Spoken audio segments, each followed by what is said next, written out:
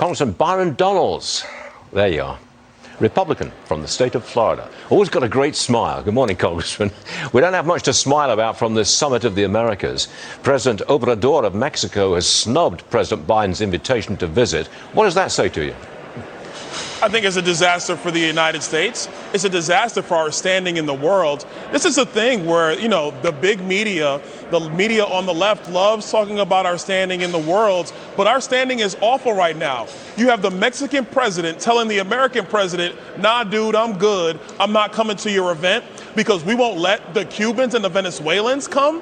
Like, that makes no sense at all. It demonstrates Joe Biden's lack of leadership on the world stage. It is an embarrassment for the United States. And I believe the president said, we will enforce our borders. I don't know how on earth you can stand up there in Los Angeles and say, we will enforce our borders when 1 million migrants are streaming through every 6 months. I mean, it's just unreal, isn't it, Byron?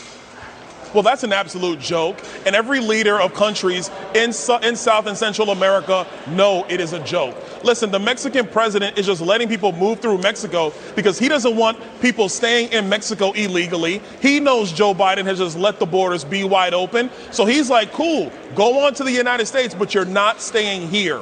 Very different scenario than when President Trump was in charge, because what he did was tell the Mexican president, we're not letting them in, so it's your problem. And so the Mexican president, he was like, oh, shoot, no, you can't come to Mexico either, and actually cleaned up the illegal immigration issues throughout all of North America, Central America, and South America. Byron, I'd like to get your comment on what I see as an unfortunate trend, that is the intimidation of federal officials. The official did arrest a California man for the attempted murder of Supreme Court Justice Brett Kavanaugh. Constitutional lawyer Jonathan Turley blames the Democrats and their divisive rhetoric. Just listen to this for a second. Roll tape. Our politicians need to understand that this type of rhetoric that we saw from Senator Schumer has consequences. The image of this black-clad assassin standing outside the home of one of our justices should be a sobering moment for the entire nation, that this has gone too far, this age of rage. We're becoming addicted to rage as a nation, and we have to come together as sensible people. Congressman Byron Donalds, are Democrats to blame? Yes, specifically Chuck Schumer.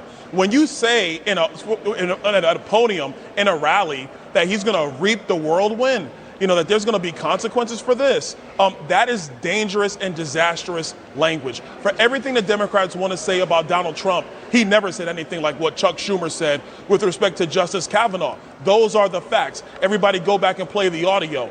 You cannot have a situation where you are attempting or pushing people to intimidate justices of the Supreme Court or any court for that matter. It's destructive of the republic. There's demonstrations outside Justice Kavanaugh's house are actually illegal. That is a form of intimidation, and that is illegal. But the Attorney General, Merrick Garland, will not put a stop to what you're seeing on your screen right now. He won't stop it.